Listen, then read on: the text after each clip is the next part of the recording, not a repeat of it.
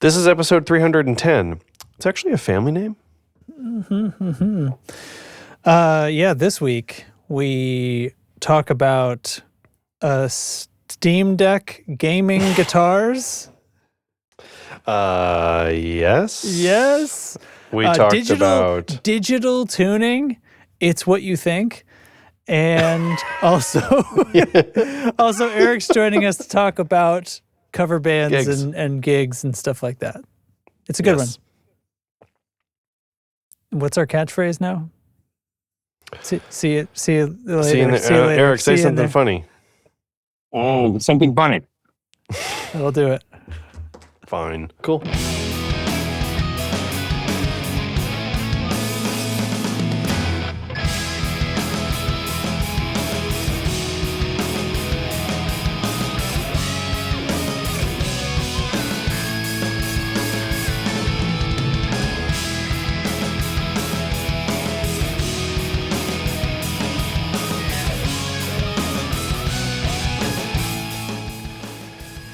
Guys, we're right on the downbeat. It's like, look at us. So fucking perfect.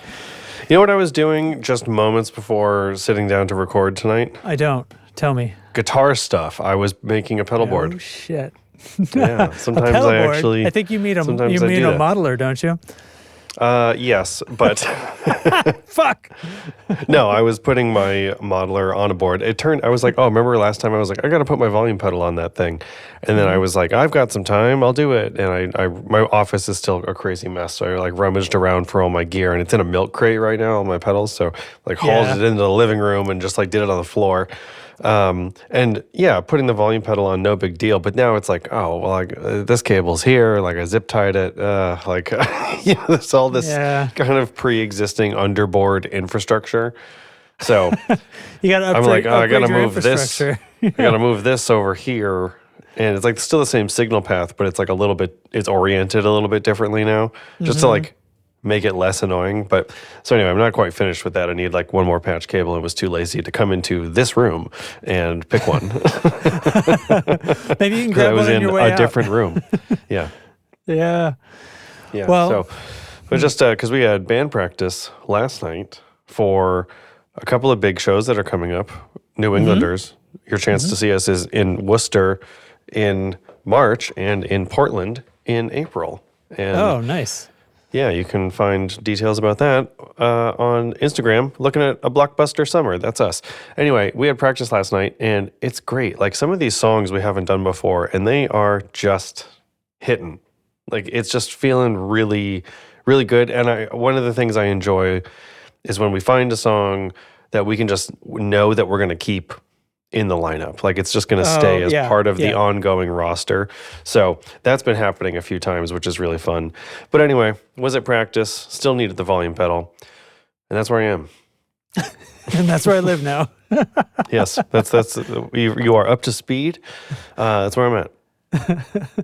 Okay. Well, I was not at practice, but I did.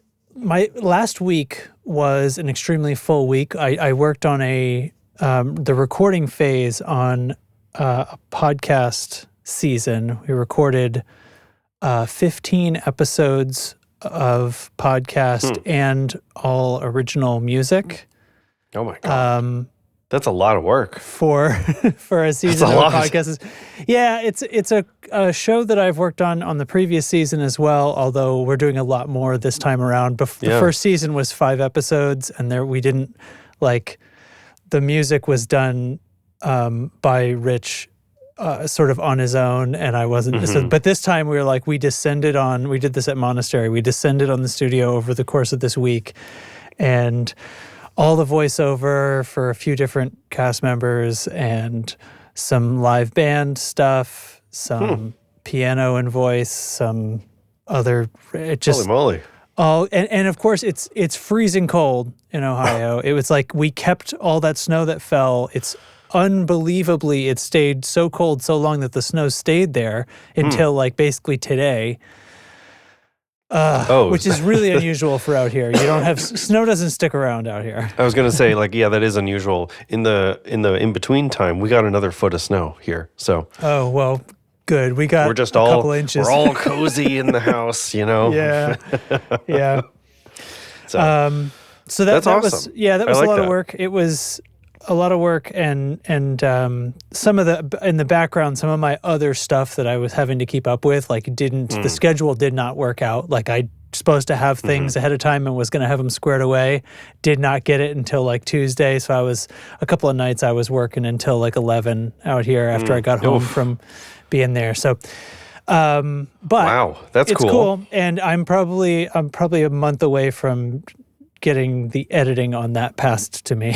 So nice. I have a little break, but that's nice. But kind of not a light at the end of the tunnel, but like at least the next phase. But yeah. Oh, sorry, Alex. To clarify, Monastery is the recording studio, or is it a recording studio or an actual monastery? Stuff can be two things. Yes, the answer is yes. Yeah, Monastery is a studio here in Cincinnati that Rich Hordinsky runs, that I work at pretty regularly, and it was formerly a church before he bought the building decades ago, which may or may not be where it got its name. But now it's a recording studio. No, Monastery is actually a family name.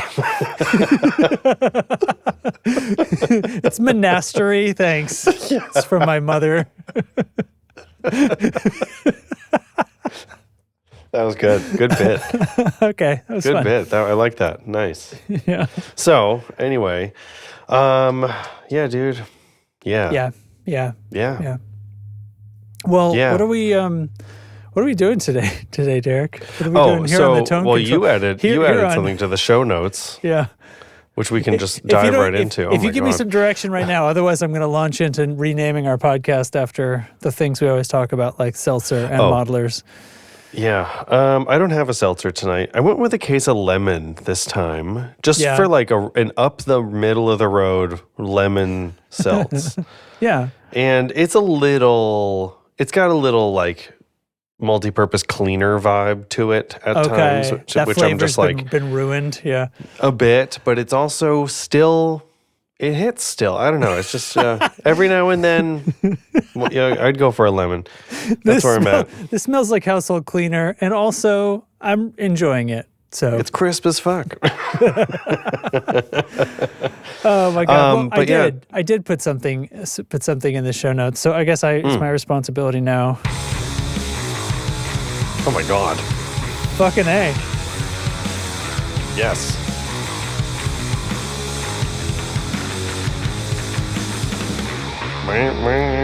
Oh my god, yes. It's gonna stop soon, I think.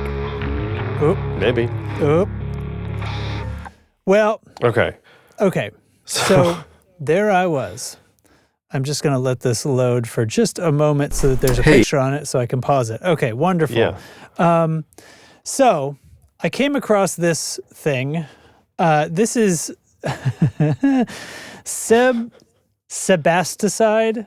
Sorry, I should have worked out how to pronounce that before I called this up. But anyway, from the YouTube channel Sebasticide, this is a rig rundown, except those watching the video will notice that what's on his table is a Steam Deck.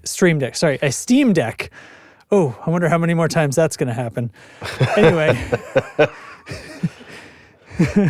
it is a Steam Deck, as in the game playing machine from Valve, right? Yeah. So the Steam Deck is not something I've really paid any attention to. Okay. It's a handheld. I've been told it's like the best, right? It's great. People love it. I mean, the best, like it's definitely probably the best for the most people. It's far from the most powerful. It's rather old nowadays, but it was sort of it almost caused the new movement of people getting into handhelds and other companies making handhelds to get more. Gotcha. So like expanding beyond just the like Android handhelds that like run emulators and other things. Steam Deck is something that Valve made, and it runs on. They made Steam OS, which is basically sort of a Linux branch or fork or whatever that is just basically Steam. Just for this thing. That's your operating. In the way that like a Chromebook is basically a Chrome browser that's a computer, more or less. That's cool. This is Steam, but it's an OS. So now I did watch the video because and to figure out what's going on here, and there is some complications. But basically, he's taken a Steam Deck and he's installed a few things on it. He's using Nano Cortex, or sorry, what's the not Nano? Nano's the hardware, right? He's using. Do you mean Neural DSP plugins? Neural Cortex, yes. So he's using Neural and he's using Reaper.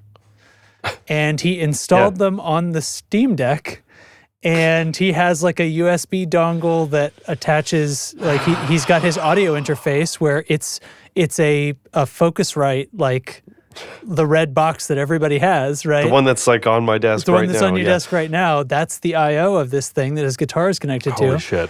He's got a cable that is like bundled together with mesh so that it's a headphone return and a guitar send. All in one, so he's ready to go. Oh man, I've seen. He's got the controller buttons mapped to functions in Reaper, so he can quickly jump around and do things that he needs to do. Because you can do that in SteamOS, you can map keyboard functions to controllers, and you ever see something kind of like this, where you're just like. How much of this was like out of need or want, or I'm just kind of perplexed at the like. I know there was an incredible amount of work to get here. Yeah. Like, why did you see it through? Is it out of like perseverance? Is it out of I don't know, to just say it's done? Like, I'm not totally sure. I'm not saying it's silly, but it's also like. At any point along the way that there was a road bump, I would have given up. Like, I just know I would. And like, is this for real? Is it for real, or is it for the lulls? And this is what he's using to play out. Like, this is what he brings to. So this guy. So not knowing anything. Yeah. So my question about this, I guess, is not knowing anything about the Steam Deck. Is this dumb, or is it the best? Like, I don't know. Well, okay. So this guy's a content creator of some repute, you could say. We have 118,000 subscribers on his YouTube channel. He was performing at NAMM, which is where this machine was recently debuted or whatever. Like, he used this for his performances at NAMM. And as well as other, so it's a kind of a recent thing that he's finished putting together, and now that NAMM's concluded and it worked out, he was like, here, I'm going to make a video showing how I did this, and anyone who saw me playing at NAMM, this is what I was using. Wow, okay. And for him, as he describes it, so he was building a little NAMM solution. Yeah, like he has a home rig for whatever he does at home. Like, I honestly, I don't know anything about this guy, so he could be doing session gigs, he could do all kinds of stuff, and he's doing Neural DSP in his computer, and he just went, well, now I have this Steam Deck, I'm going to just see if I can put this on here, and then it has a nice carrying case, and boom, there we go. And it's very lightweight. Yeah. The battery lasts an eternity for what it's needed. It's not as cumbersome as a laptop. And it is literally his exact sounds that he's used to at home. Because it's a plug-in. In his exact in-ears, everything's exactly the same. Now, he did he took this other direction and made the computer the tiny part, right? And made the... Right. Yes. And I mean, he doesn't need foot switches and stuff because of the kind of thing that he's doing, but like you could get some kind of MIDI switcher and connect it. Like Reaper can be controlled, Neural can be controlled. And maybe that's another part of it. Now, he does have to there's some steps here. He side-loaded or he set up a dual boot because you can put Windows on the Steam Deck as well. So SteamOS does not run Reaper and Neural. So he put Windows on this thing in order for all this to work. But after that, and a little bit of controller binding. But the Steam Deck has touchpads, so you can basically use it just like a mouse. And the few buttons that he would need a keyboard for, he just mapped to buttons, and he's off. This comment in the chat, like a laptop but just one leg, is it.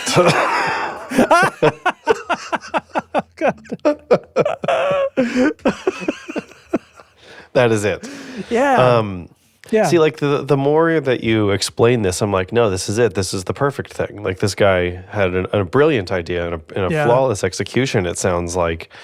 But it's also, I don't know, one of those like funny things that proves that guitarists are dumb, right? Like proves that guitarists are like in pursuit of something that doesn't matter. And this guy's like, you guys try making the computer smaller? And it works. And it's like a fucking brilliant idea. And everyone else is just kind of here with their tube amp in their hand like, yeah. What? Wait a minute. So, I mean, that's awesome. But also, what the fuck? Sorry, I had to write that down. You know what I mean, though? And like, it's that thing of like, we're playing checkers and this guy's playing chess.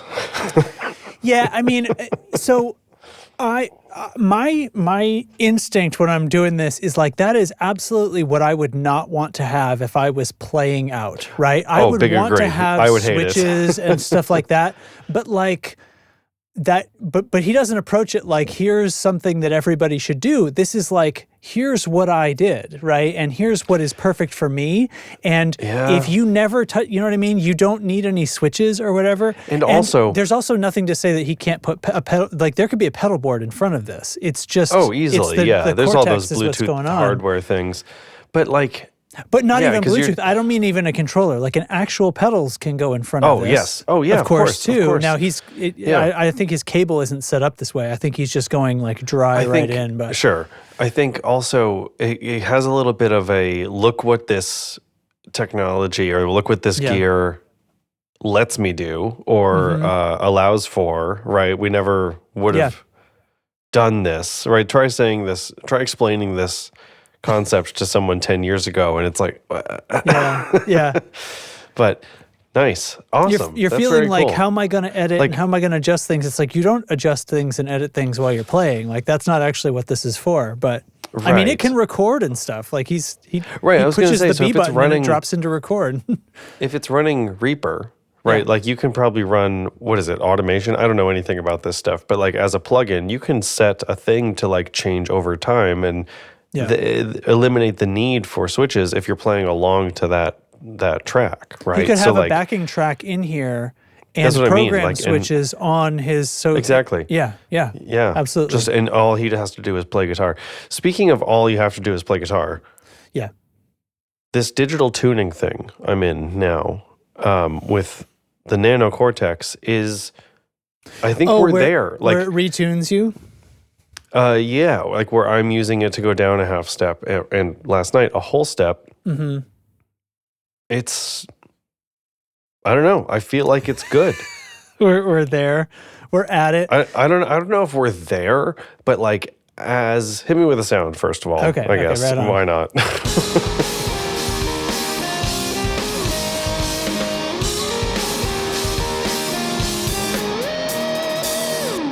So I'm just basing this on a handful of practices, playing at home, and so, a decent number of hours using my Nano Cortex to retune my guitar into a lower tuning. So my guitar is maybe we should say transpose. Yes. Yeah. It's literally what it's called in the software. Yes, we should use the right term. It's transposing my guitar down a half step or whatever I want. I have it set up so like my main sound is on a foot is there, and then on that foot switch it jumps to the same exact sound, a copy of that preset, but with the pitch block enabled, transposing down a semitone. And so when I've tried this in the past when I had a Helix, and I tried the Digitech drop pedal, which I know a lot of people really liked with Helix setups too. Yeah. Okay. And they were good, but like not in the I want to play my guitar this way good. It was more like effecty. Mm-hmm. It was a little bit not glitchy. It was really good, but it wasn't great. And now I think we're much closer to great. I don't know if I'd still call it great right now, but I'm going to play this gig in March with it. I'm not planning on, I'm going to bring another guitar as a backup, but not as a switch for tunings guitar. So is it time to set up the test? Like, is it time to tune to the pitch and then compare that and make a recording and compare that recording to... Oh, and like, can you hear the difference? Test? Yeah, play the same thing. Oh, that'd be fun. I can do that. One is actual and one is digital. Yeah. I'll do that sometime. Yeah. Not That set sounds, up tonight that, for that guitar, sounds but fun. yeah, that I'd would love be to hear how close it comes out, because I mean, it's doing this to your guitar before it's applying a bunch of stuff. So it's doing it to my guitar after some pedals, though. Also, okay, yeah. so it's But doing it. But it's doing it globally. It's not doing like it reading your globally, pitch and then changing your pitch. It's just. But it's also doing it before the capture. So it's like the first thing that, aside from like preamps or input stages or whatever, okay. it's the first like effect block that it's hitting in the nano cortex. So To avoid using a capo, Alex, I think it's more like to avoid tuning down. Well, we're tuning right? down, right? Yeah. So yeah, like we could tune to D standard and then use a capo on the second fret to be in E standard.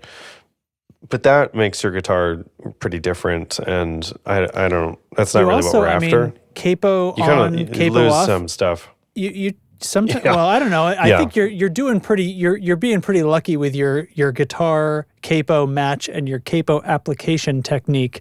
If you're doing that and not needing to tune a little bit. Yeah. It's not so much the work to avoid using a capo. It's hard to explain, especially like with two guitars in the band and bass, like we're not always in the same tunings, and it's in order to just have a wider sonic spread or like some different voicings available and stuff like that. Yeah. So, and yeah, it is about the lowness. So like we're playing Crush, Crush, Crush by Paramore, which is typically in drop C sharp, and that's still, it's Haley Williams, so like, come on. Give yourself a break, but it's very high. And Andy's like, can we bring it down a half step? And I'm like, that's so interesting. That's lower than we like ever go for any reason. Are you sure? And like, are you sure? And this is going to be a pain in the butt kind of, and it might feel and sound weird. And he's like, well, didn't you just say that this thing is really great at tuning? And I was like, you're right. Say it can do it at the touch of a button. Yeah. And it can. And like, I'm getting blasted in my ears with just like straight direct like mixer sound. You know what I mean? So I'm not hearing it in the room, and I'm not hearing it against my like acoustic guitar itself. My guitar unplugged. Sure, so you're like overwhelming that sound. Yeah. I don't feel that. Like the last time I tried this, and it was with the Digitech Drop, and I brought it to band practice and did this like half step, fuckery with it. I felt like you could feel it. It didn't feel right in the hands somehow. And I think I remember talking about this, and you had suggested, was it that like I could feel physically the guitar was one pitch and hear that it was a different pitch or something like that. The resonance of the body and all that stuff, feeling disconnected from what I'm hearing. I don't feel that way anymore. And I thought that was a pretty good... It is just a half step. Now, is this a fair comparison? Was a half step with the Digitech as well? It was a half step then, okay. Yeah. And I thought that was a pretty wise theory at the time. I still do. And I think... But now I'm like, well, what would make it different? Maybe it just sounds better, Maybe it's just better. Yeah. So I don't know. But it does... I don't know. It just kind of opens things up in a way that's a lot... different than a lot more different than I was expecting, and like I don't really have to sweat. Like the only tunings I'm focused on is kind of like, is my guitar in a standard tuning or a drop D tuning, right? Like in that structure of like the low fifth. Yeah. Is my guitar available for that, or is it not?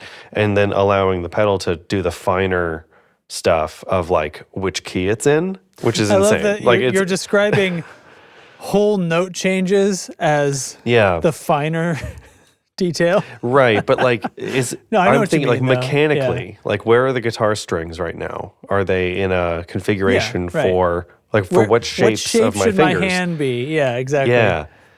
Whether it's barring a whole fret or power chord shape or whatever. So it's like the nature of the physicality of music is all pitches are all in octaves, and it's like it is the nature of the universe. We didn't decide, octaves are what they are. Humans didn't say this is an octave. It is, that's what happens. And likewise for the rest of the interval differences, and how they sound, how the frequencies bounce around and wobble and so on and so forth. So, it's probably just many tiny factors contributing to it sounding and feeling better. But like I feel really confident with it, which is great because I used to kind of have to hack together some kind of quick down tune a thing to practice it at home.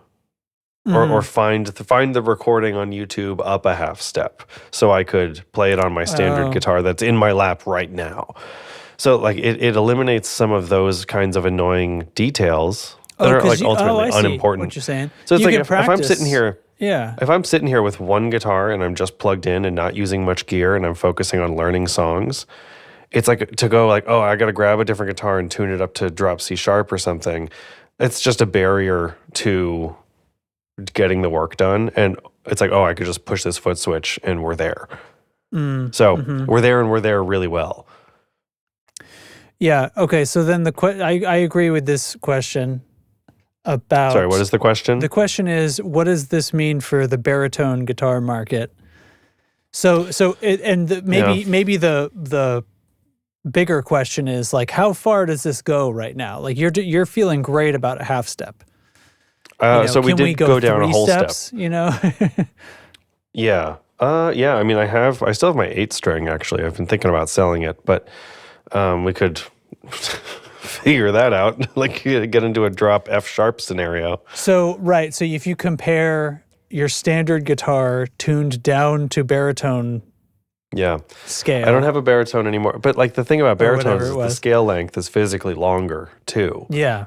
So it's not just lower. Like those guitars play and feel different, and like it's the ratio of the harmonic content to the fundamental is different in some way. It has a timbre difference. There's a lot more mass going on with a baritone as well.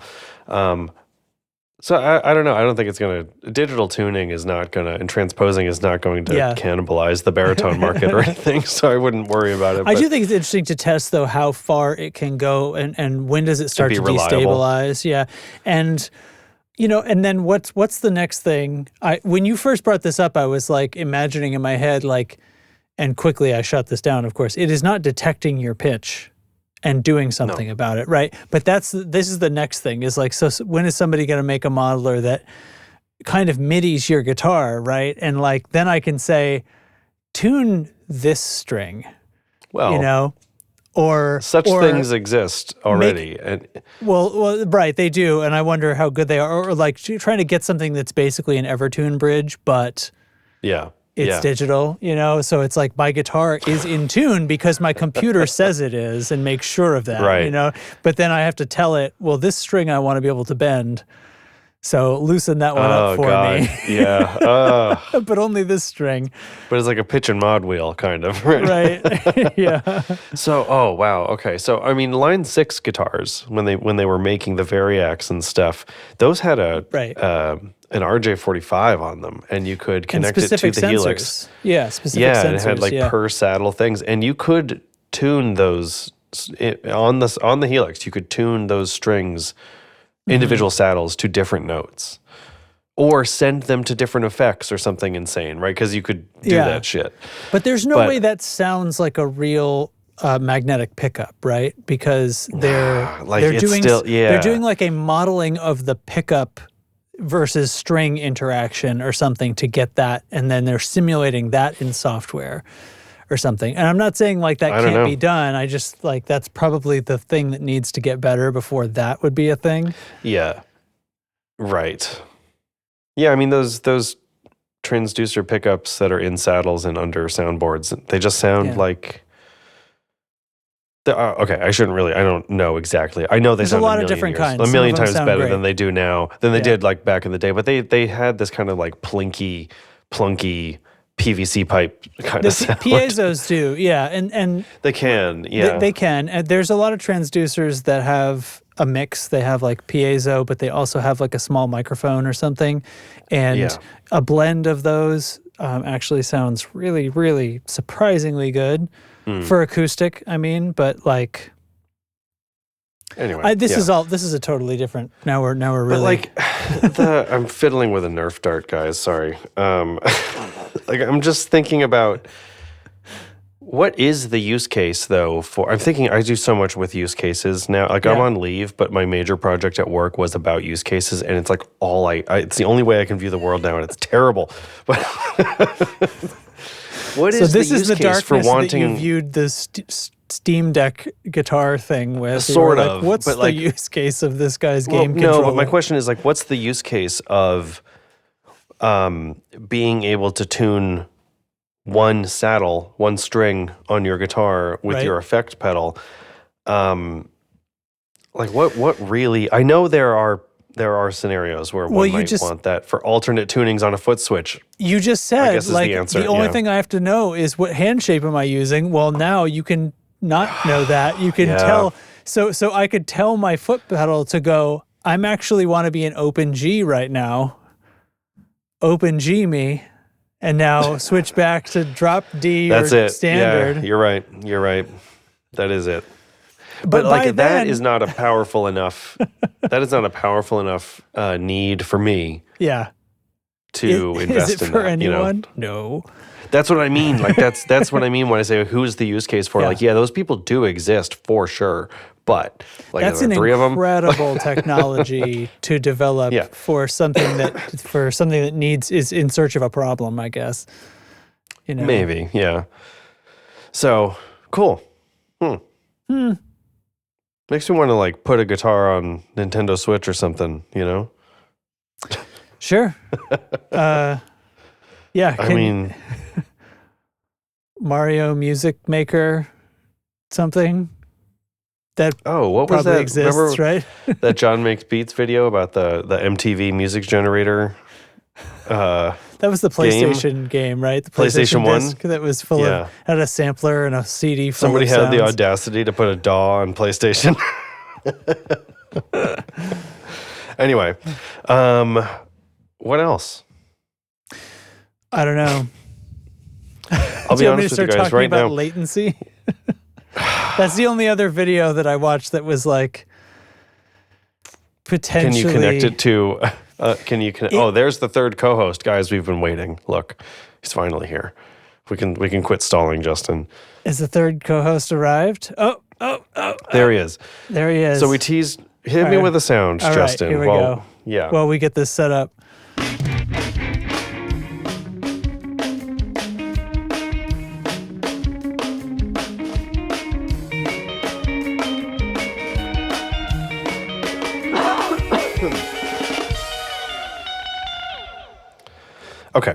Okay. Eric's here. Eric and I were talking earlier today, and actually this conversation has come up a few times about cover bands and just like what's going on cover band wise and stuff like that. Oh my God, why are you so green? Why Look is he at green? you. Wait, I can't hear him. It's fun. Oh, there he is. He's here. Yeah. He's here. All right, I'm going to switch some. You guys talk. I'm going to switch some quick. camera stuff around here. It's so green. Is that a green screen? So anyway, yes, we've been talking about like covers and stuff. Eric is one of the only people I know who does guitar for his full-time job. Lessons, gigs, whatever, like a variety of things. But I don't know many people who are guitar players first that don't have a day job like me. And so anyway, Eric's been in bands and doing gigs for a million years, and as have I, but from a very different perspective, and as has Justin, I think, from a very different perspective. So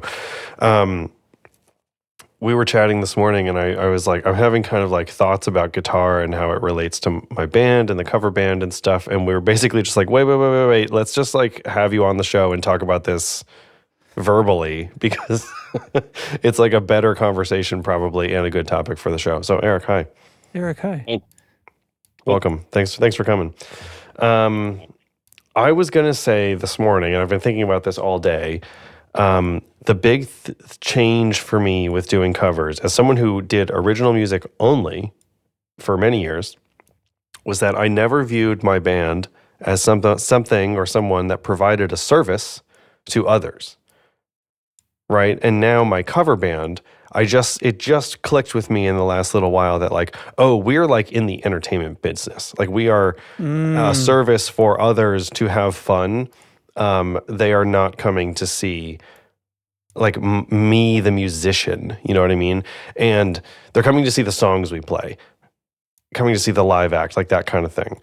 When doing original music, it felt much more like I focused on it so differently as much more of a self-serving, like this is my creativity. You're coming to see my output, right? Like my creative efforts as a songwriter, guitar person, whatever.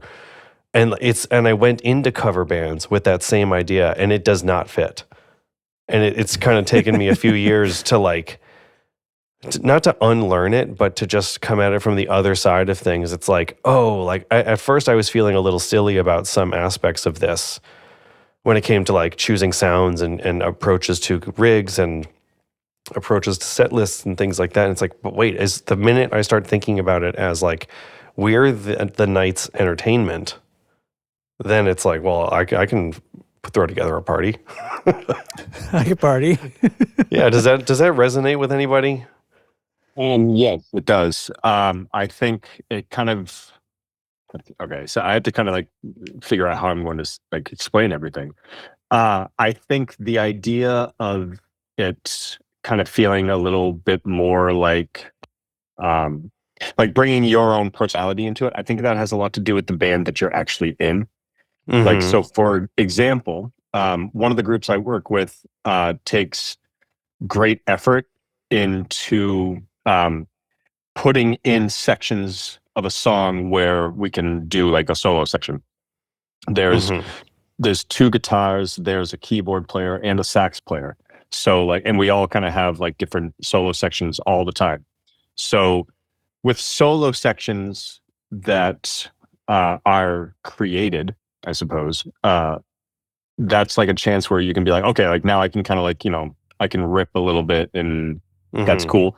I still don't think that's like the same conversation as what you're saying where like, it's like, yeah, my friends aren't coming to listen to me solo over, What's Up or something like that.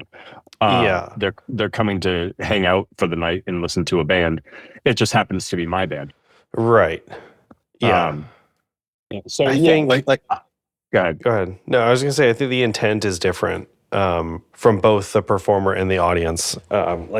Choosing to go see a cover band, like, oh, it's emo night at the bar, or it's 90s night, or whatever theme it is, or something like that, is so different than like my friend's band is having an EP release party. Like, it is just inherently such a different space. But like, I know that my band still operates as though it's in that space. Because we've all been in original bands for years before this. It feels like so much of our local scene is tied up in the original like framework, the original music framework, but we're not original bands anymore. Yeah, despite not being an original band. Yeah, so like the traditional cover band gig of like a 3-hour thing, right? It's kind of during mealtime hours. We've never done that, or I haven't done that with this band. But the 1-hour set that starts at 9 p.m. and goes till midnight because it's Halloween or something like that we do all the time.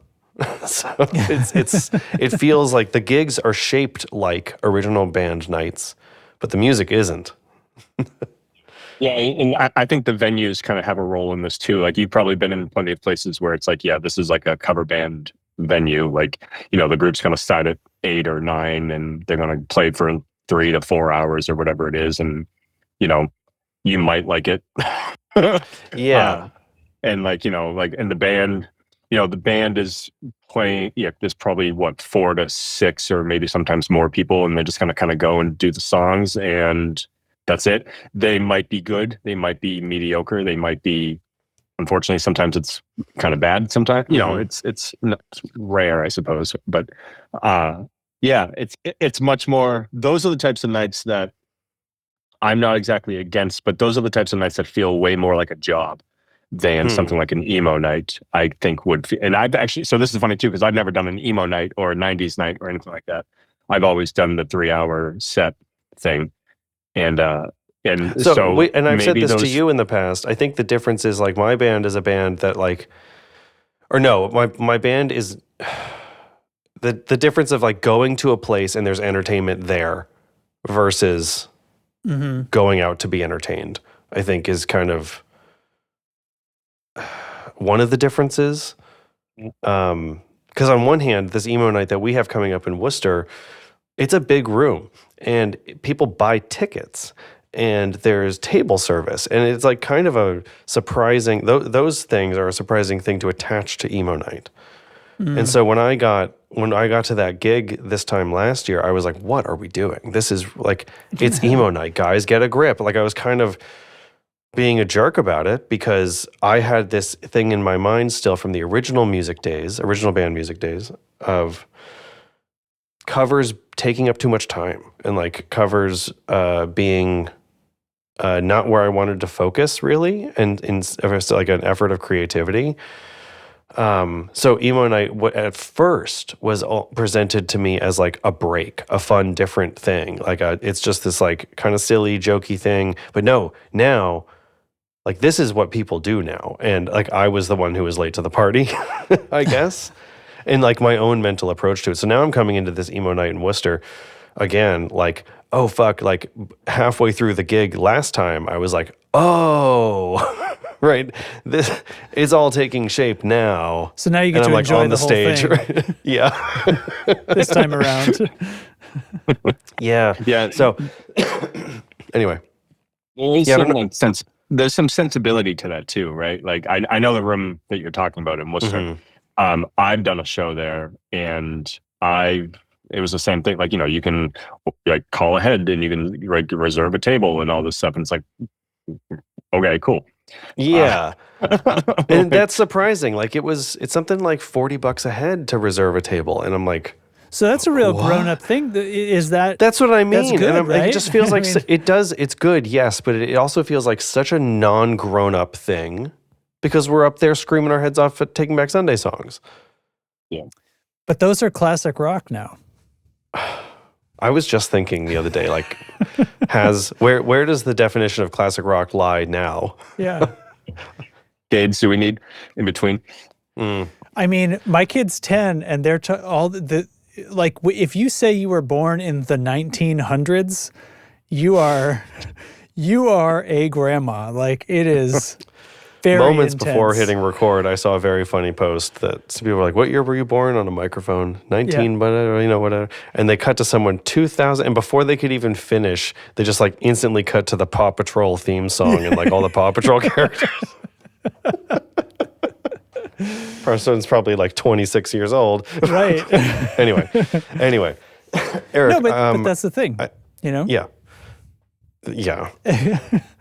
So we've touched on this like concept a bit in the past, and I don't really know where we were headed with it exactly earlier, but like, am I paraphrasing effectively here? Does this sound like do you have much to add at this point? Like as far as like the band angle and like the covers specifically versus originals? So it's been a little while since I've done like, I don't know if I've ever done strictly original music. There's always been like some cover aspect to it. So I can't really speak to a completely like original music setting. I could see where the differences lie I don't want to use the word problematic, but where the differences lie where you will notice like I'm definitely experiencing a different night on my gig than I would be if I was doing an original gig or cover gig, whichever angle you're going at. So no, I don't think you're wrong. I mean, because also like, and I've complained and talked about this many times. I've gone through like every single different type of emotion on gigs before. It's like I really like the last thing I want to do is play Wagon Wheel again. So like all the way to like, and I really love like sometimes it's fun when you're in a group and you're kind of like you don't have to worry about writing it. You just have to play it. Yes. So that does have, and you can fucking do whatever you want. Like sometimes like the song will be like who cares? Like if there's two chords to it the whole time, or like dude, it's What's Up. Like What's Up? It's we do some fun stuff with What I Got by Sublime. Oh, cool. Because it's like there's like nothing to it. It's a blank canvas. You know what I mean? And be like, if you don't do something with it, then it's pretty anemic. Yes. And there's the groups that will go out and they'll do it by the book, as they say.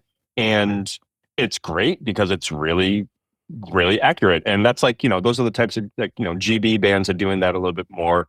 But I think a lot of groups are starting to really kind of switch it up a bit more, and they're having more fun with stuff, because it's like, look, like the one thing, even if you're in a serious band, I still don't agree with the idea of taking yourself too seriously when it comes to something like that, where it's like my creativity is making me want to do this song 20 clicks faster. Why don't we try to see what that sounds like? And if it sounds great, then do it. Right. Or so like so you're saying don't be nature, too stuffy about that stuff. You're saying go ahead and lean into that creativity. Sure, if that's the environment that you want to create for both the group and for the audience watching. Like I mean, we were just talking about this at our band practice like maybe a month ago. Practice hard, practice seriously, and then when the time is for the gig, party hard. Like play hard, work hard, play hard kind of scenario of like, yeah, don't take yourself too seriously at the gig. Like that's the only time not to, kind of like when you're getting ready, when you're prepping and learning and arranging, and be serious. Like band members and audience members can pick up on that too. Like if you're kind of like stiff and stuff like that, like if you're worrying too much about stuff that you don't need to worry about, or maybe you do need to worry about, like, every player is different. Like he's like, oh, I can never remember. There's like a list of songs that I can never remember the bridge until we're at the bridge, basically. And it's in there somewhere. Come on, fingers. Don't let me down. It's all autopilot. So like sometimes I'll be like, oh shit, I missed it, or something like and then you catch up a couple measures later or whatever it is. So and maybe it's just like I laugh most of this stuff off, if not all of it. Like it's like, I remember one time I couldn't hear myself. There's one place that we play in Portsmouth, and there's only like 4 wedges. And when you're trying to disperse the sound of 8 people throughout 4 wedges, it's hard. It's tricky. Yeah. And I couldn't hear me like pretty much the whole night.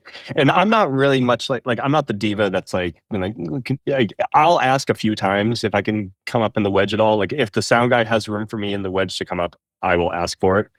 But I do get to a point in the night where I just stop, because it's like I'm not gonna like kill people on the stage next to me. Like it's not. I know what I'm doing. Like it's not gonna be detrimental to anything. But there was a few times that night that I'm thinking about in particular where like I was a solid like a whole step or half step off from where I wanted to be, and I'm just like, and I was new to the group bro. too, because like it sucks. I don't know how much you guys do this with like emo nights and stuff, but like sometimes when you have to change keys to songs to fit different singers and stuff, it's really tricky to keep track of that. It can be, except we're talking about it we were just talking about this before you joined, like in the what tuning is the guitar in kind of standpoint. Do it for you? Yeah, like we talk about it as like whether it's original tuning or lower. We rarely raise it. And if anything, it's going to be a half step. So we were just talking about like using pitch tuning, like software tuning and stuff. But I think I view it like my band sometimes as like a challenge. Like a lot of the music we end up doing, I really like to learn as thoroughly and as best I can, so I can know where to push it, like where to not worry about parts or where to embellish parts or whatever. That's the fun part for me at this stage, as well as like finding out how we as a band can have a sonic like impression, like what is the A Blockbuster Summer sound of this cover, and how is it different than Eric's band's version of that cover and stuff. We don't have sax. We sometimes have keys if Matt's not also playing guitar and not also singing, so it kind of that stuff changes a bit. But we do, one of my favorites that we do is Blinding Lights by The Weeknd. But it fucks. Like we're playing it with big fuzzes and like doing some octavey lead things and stuff, and it's dirty and gritty and like trashy, and it's really cool because it's so different than the one you hear everywhere else. And that is your creativity, like playing a role in that. That's so like right. It looks different than it would be if like, man, I wrote this really cool part and I'm going to play it really cool and it's going to sound really cool. Look at this. This is so cool. Mm-hmm. And like, but and where That's about That right. sounds so cool, man. That's exactly what I sound like. And I kind of it never really occurred to me until I mentioned it in that way earlier, where it's like I don't have to worry about the writing part. I just have to worry about playing it. And like, unless the person who wrote the song is in the audience, I'm not going to worry about what it sounds like in some ways. Like, like obviously you want the changes to be right. You want the form to be right. Like that's obvious stuff. Like we were saying, like, what are the things in the song, the things of the song that truly identify it as itself? That stuff needs to stay there. Other stuff, be good at messing it up. You must think about that as like recognition, right? Like where is the recognition in the first 15 seconds going to come from? If you're doing a very different version of a song, right? Do you want, or is that something that you don't always want? Maybe you want an audience member to figure it out at the 60-second mark instead or something. I like that stuff. That's where I want to have fun. And we've talked about this, and we're going to do it a bit in the band, is just some early vamping, right? If whoever's done tuning first, start the song, but just like don't go to the first change, right? Just keep riffing on that one thing. And there's a few instances in the set where we're going to try to pull it off, where like guitar is just dun dun dun dun dun dun dun dun dun dun, and I can do that all day, right? That's not a big deal. And then whenever Andy is ready, he can just come in because I don't go to the next change until after the vocals start. And that's like a fun way to like build the hype, I guess. Like, what song is this going to be? Dude's just like palm muting on C. What could it be? The ability to kind of work on your feet like that, like, because there are some people who need like 4 times through, 8 times through, 16 times through, like, however many, whatever the count is. And other times it's like, look, I'm just going to hang on this one chord, and as soon as the first line comes in, that's our cue to go on to the next chord, start, because we all know where we are at that point. Yes, and there's a lot of different ways that can look, but it's like when I'm having this conversation about, it's like, like I'm just going to hold that first chord. Like, of course you're going to do that, because why wouldn't you do that? Because that's sometimes you just do that.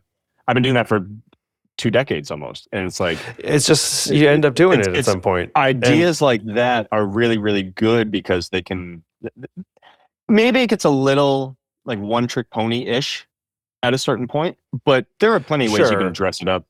But like, and here's another major difference in how we're doing this cover band thing, is that I gig like less than once a month. So the one trick pony problem is not that big a problem for me, because people are like, I want to come see your band again and I want to buy tickets to it. Like, it's still that kind of event, right? Where they're like, I want to see that trick again. I think I've asked you this before. Is there any like chatter in the group about trying to do a 3-hour gig? Always. Yeah. We just don't really have the traction, I guess, for that. So much of our catalog is also very heavily weighted into emo at the moment, which is not a big sell for 3-hour gigs. But I mean, we've been trying, not to mention that one of our members is studying abroad overseas right now, so we're kind of a man down. But the latency must be terrible. For band practice, zooming her in. Yeah. The time difference. Oh, guys, is I'm killing sorry. us. I missed that cue. Can we bring that back? Alex is asking in the chat, do we ever do any rearrangements of a song, like reworking something from major to minor? My band hasn't, but I'd be open to it. I don't remember at the moment. Major key Imperial March? Ever been... No? Well, actually, I'll say this: we play a couple of Sum 41 songs, which everyone knows are just major key Metallica riffs. We do a lot of quotes. Okay. Like in between, there are some songs that we have that are kind of just like linked, like one after the next, and some of them have fancy transitions. Some of them are just kind of like, and now we're done, and now we're on to the next one without stopping or anything like that. And some of the ones that have a little bit more finesse to the transitions, we have like quotes. Like we'll do like the Boys of Summer riff in between 2 songs.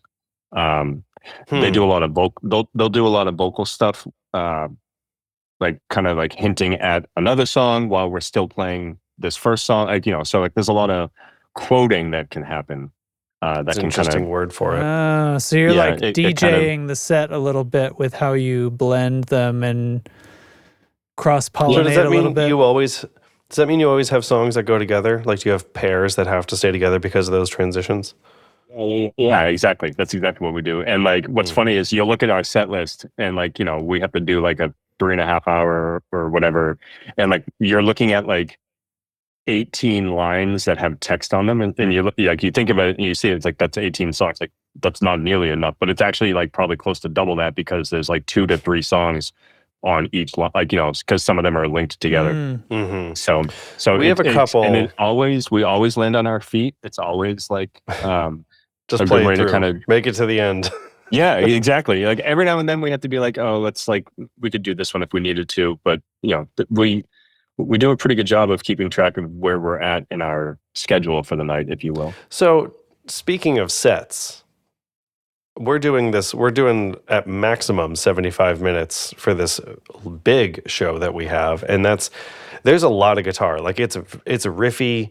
It's just got a lot of like a lot of fretwork, lots of like stuff, right?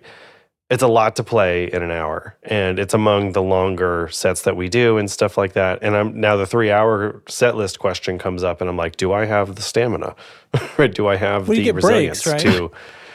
Probably one, but we do too. Yeah. Well, it depends. Depends on what you want to do. Some people will do like an 80-minute set and then break, and then they will be like just about an hour. Like like you can do it a few different ways, but standard is to do like anywhere from like 40 to 60 minutes, and then you break for 10 to 20, and then you do it again, and then you kind of see what and like sometimes I'm a firm believer that your second set should be your best one, not the third. I've always said that the second set should be the most like that is not even a thing I've ever heard. That someone might think the third one should be best. Everyone, the age-old joke is that like by the time the third set rolls around, everybody's going to be drunk, and even if you're getting a little tired or sloppy, people won't notice the difference. Okay. And I think, to me, you're more likely to have a better crowd for the second set because people will start to disperse during the third set. And it happens. It does happen. The place in Portsmouth I mentioned earlier, notorious for that. Like halfway through the third set, place is gone. Place is basically empty. So I've always said the second set should be the one that's the most fun. So how are you building sets? Well, I don't build them, but I can, based off of what I see in our sets, everything from like the cover band stuff, even to like the duo stuff that I do too. It's kind of like a wave, right? You kind of build up and you kind of start out strong and you might dip down a little bit, like 3 to 5 and you're talking like song energy wise and like vibe wise. Yeah. Okay. Right. Okay. Yeah. But then like you can kind of do that and you can just repeat that 2 or 3 times, depending on how long it is. But then there's the other thing where, so before I answer this, let me ask you this, Derek. Do you guys ever go off of the set? No. And be like, oh, let's just do this. So you are always following a set? Yes, because of our prep time. Again, like we're gigging so infrequently that it's like we are at band practice, on this day and this day for this gig.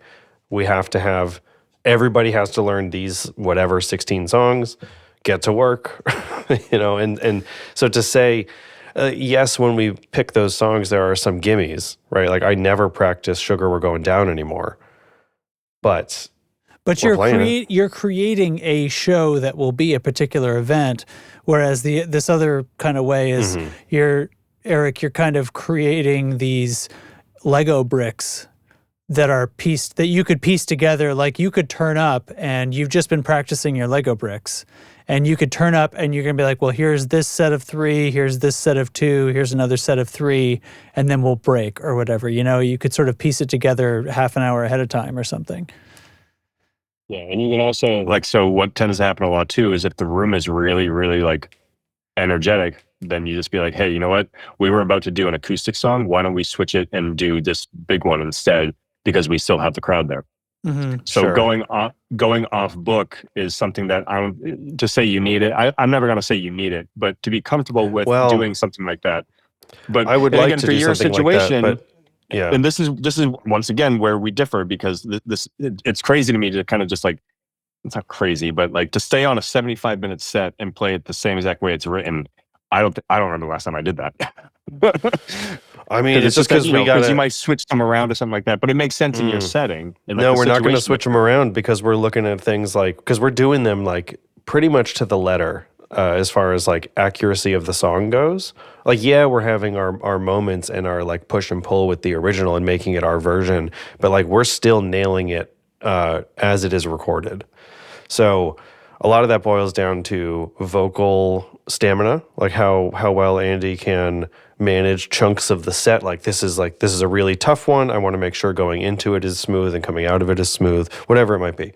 So to go off, the only thing we would pull off, we would remove a song, basically, would be the only condition where we'd go offset, you might say.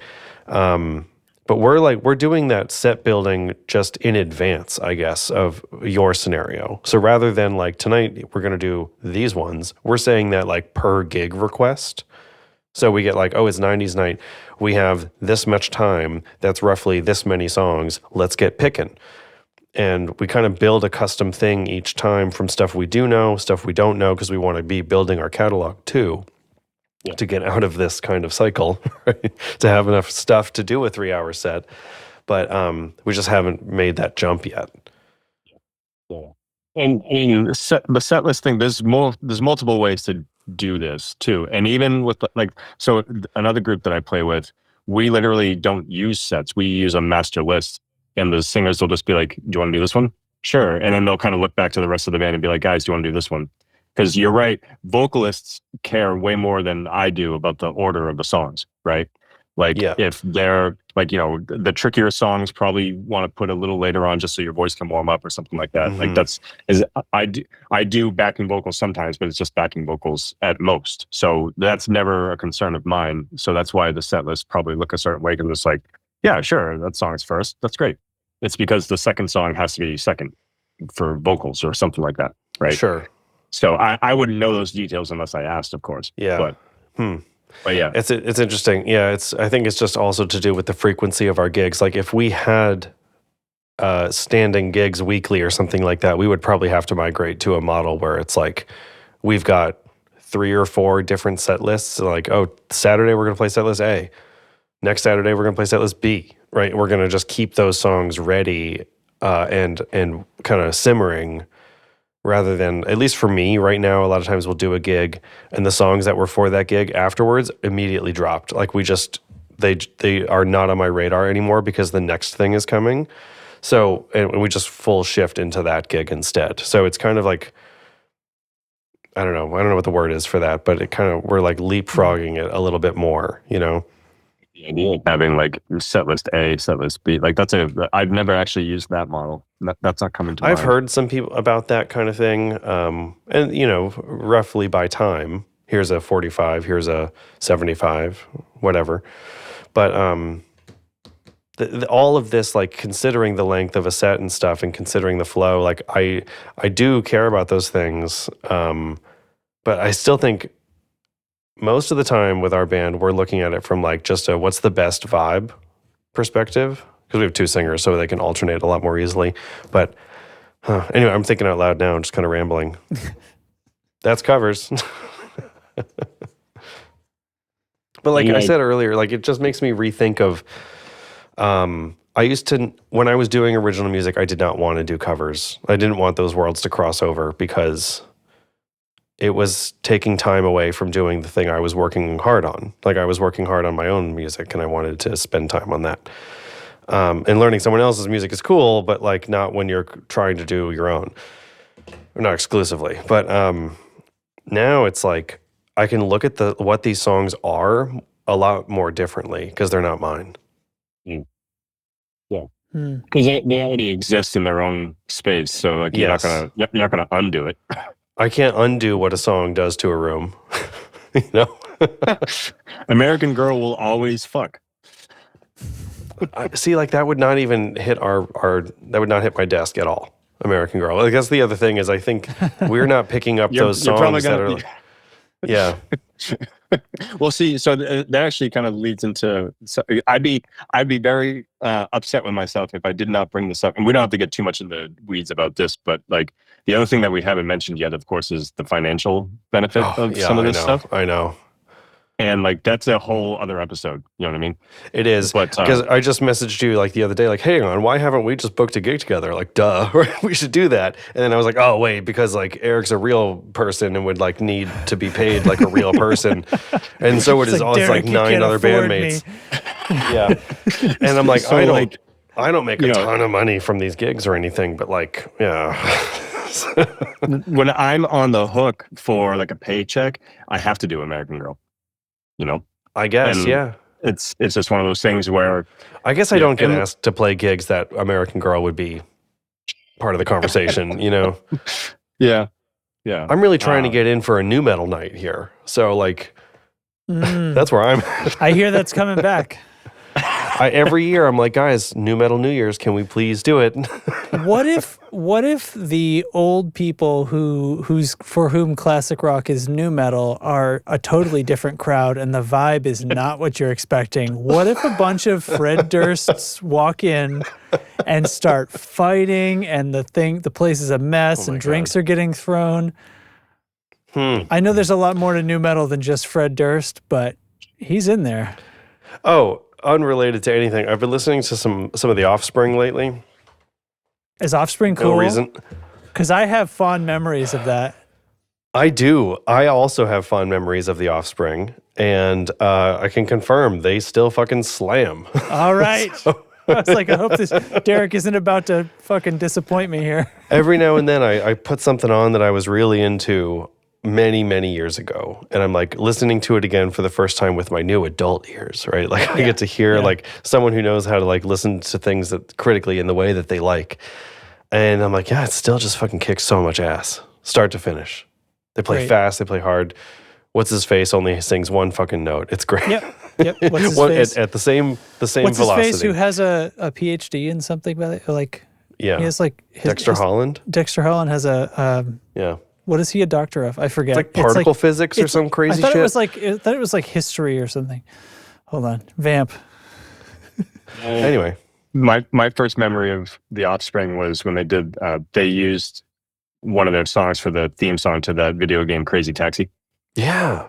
I love that was the first Taxi. That was the first time I remember hearing like an Offspring song. I was like, oh, there's stuff like the song Want You Bad stands out to me as one of their best songs, and I think it's slept on as an Offspring song, but it is one of these songs that's like distilled down. It's pop, just like all great things are. And there's some little cheeky guitar things in there. Like, why would this like fast double downstroke punk rock just throw a third in there? What is that doing in there? You don't belong here. And it sounds awesome. Like, you know, like who are they? What are you guys doing? Did you find it, Justin? Yeah, it seems to be like molecular biology and shit. He has like published papers and stuff, something about pathogenicity of HIV, and he has a PhD in molecular biology. Yep. Like I know that's true, but then I also listened to Pretty Fly for a White Guy today. Well, when did that come out? And it was also him. He got this PhD in 2017. That would have been 1998. I'm looking at the Wikipedia. I don't know why I asked you to tell me when that came out, but anyway. I'm just saying, like, it's also that song, She's Got Issues, the video with Zooey Deschanel. Again, one of their best songs, and it's not one of like the blisteringly fast punk rock. Anyway, anybody got anything else on covers and bands that perform them? Well, I'm glad that they're paying. I kind of wonder what did the whole music the live music industry, did it have a big dip for a couple of decades and come back, or was this there the whole time? And I think it's that this was there, and yeah. Well, it's because it's easy for me to be like, there's no original music anymore, but like I'm not going to the gigs, so it's on me. Like I know that there are still original bands around here. It's just that I'm not in that scene anymore. I have a feeling the cover band scene was always there. We know it was always there. Yeah. Yeah. I think like this isn't the time of year for like, because a lot of original music, they do a lot of like festival stuff in the warmer months. And like you'll like you can see a lot of different like original stuff that's set up in like a festival format, and there's just not a lot of those in February. In February in New England, yeah. Oh yeah, I mean I say like that, 30 but feet of snow on the ground. Yeah, there's plenty of people in like the network that I run with that like they might. I think it's always been this mix of both, where they do like the classic example of like I do covers to help fund my originals, and like I know so many people who kind of do that. And I mean that was there when I was starting bands. Like everybody knew that model of like I'm gonna do this gig and put in a couple of covers, or I'm gonna do a covers and put in a couple originals. Yeah, I knew that like some of the acoustic gigs are like that, where it's like I'm playing with a singer and they have like original songs. They'll toss them in like maybe like one a set or something like that. Yeah, if not even maybe less. And I remember thinking like that specifically was not what I wanted to do, because again it was like a time detraction from like if I'm going to be spending time on music and my instrument and stuff, I should go all in on one of them, not both, not half on both. It's like you're giving a concession to the man, right? Kind of. But also $300 to do it. Right. Right. Like I'll get up there and I'll play Sweetness all night. I'll do it. Like it's great. Everybody loves it. Yeah. People love it. And at the end of the day, you're playing guitar. And you know what? I've been thinking a lot too. Like, shit, are you? I'm not. And I'm up there and I'm playing the songs I learned when I was 14. And I'm playing them the exact same way as it was in my bedroom. Like, you know what I mean? It's kind of like not a full circle moment, but it's like, oh, wow, I'm on a stage playing this exact song that like in the way that I daydreamed. Yeah. I've always kind of felt like I don't really do original music. Like me personally, like I'm not going to write the next like, song, Right. So I might as well just I let go of that at one point. And it's like, I'll just play other people's shit. I guess maybe it's not that I've let go of it, but I'm also not pursuing it. It's just that it's a whole different side of music for me, I guess. That's like separate from the songs somehow. I don't know. It's the thing. Like I sometimes. Well, it was just Grammy season, and a lot of people reach out to me and ask like if I was happy with the results or something, or if I was watching it or something. I'm like, the music I listen to does not go to the Grammys, really. Like, of course, Sleep Token was nominated this year, and there's always rock bands, like, of course, but really the stuff that gets my number one listens of the year tends to just not be at that level, and that's fine. Like that's not the goal of that music, I think, and it's not the goal. Like, I don't know. But anyway. Yeah. Yeah. Good shit. Yeah, bro. What is let's quickly pick of the week, and I'll just say right now that I've done basically nothing with my free time besides watch random Olympics events. That's fine. I got you covered, Justin, because I got Star Wars dad jokes. Oh shit. None of you are safe from this. So hit me with a sound. And this is, All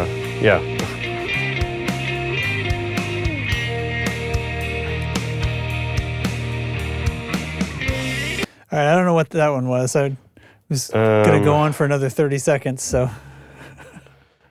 I'm trying to find one that's not terrible. These are terrible. Book? Yeah, it was in my stocking this year. Okay, here we go. Did you know the Death Star has ears? No, I didn't. It's true. Engineers.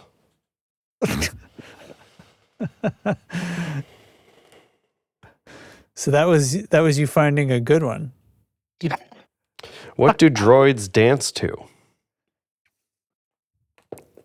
Algorithms. Eric, do you have a thing of the week? Who made this? Kelly Knox. Listen, Kelly. I think you can do better. Like Eric looking around. This is what I do every week. Oh, man. I listen to the show every week, I promise. What qualifies as a thing of the week? Just something you're into this week. Literally anything. Oh, he ran away. I'll tell you about this, right? What is that? It looks like a tattoo. So it's a Farm Petals and Roses. It's like a really cool tremolo. Oh, cool. It's modeled after an old Color Sound tremolo, I think.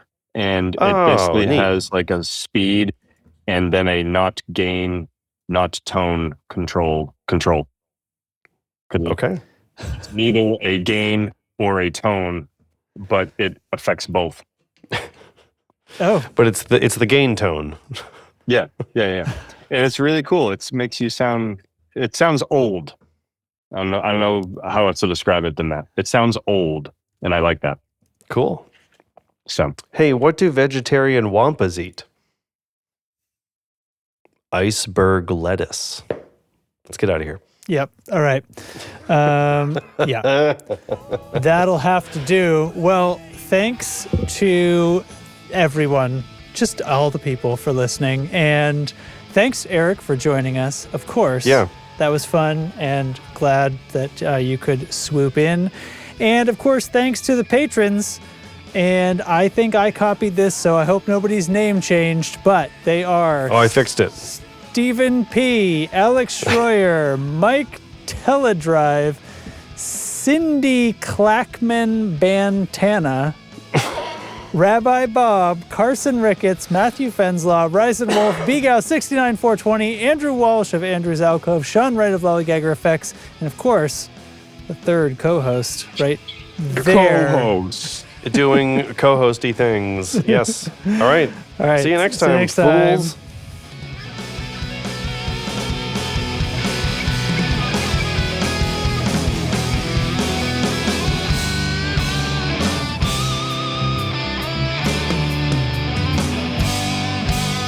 And ow.